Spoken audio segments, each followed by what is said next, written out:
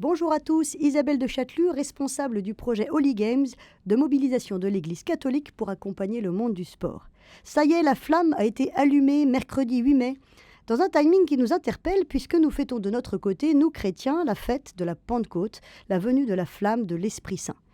Ne sommes-nous pas invités en tant que chrétiens à accompagner ce passage de la flamme, animé d'un élan missionnaire, animé par l'esprit d'amour et de paix ?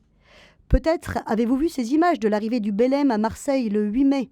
Le 8 mai, comme ce désir de paix qui va habiter toutes les communautés, paroisses, diocèses, dont le territoire sera traversé par le parcours de la flamme.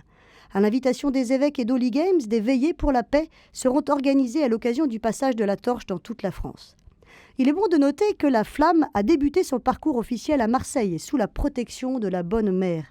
Paris 2024 a vu juste en inaugurant ce long périple jusqu'à Paris depuis Notre-Dame de la Garde, symbole de ces liens entre sport et foi, dans une ville où le football est presque une religion.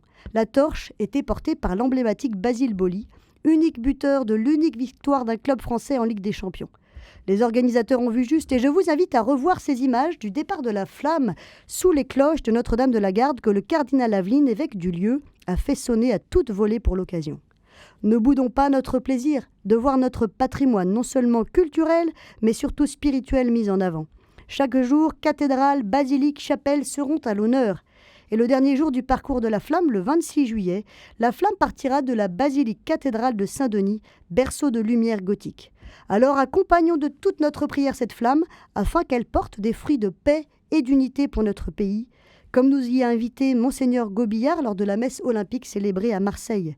Soyons tous des porteurs de cette flamme de l'amour de Dieu. Et surtout, rappelons-nous, l'Évangile, c'est sport.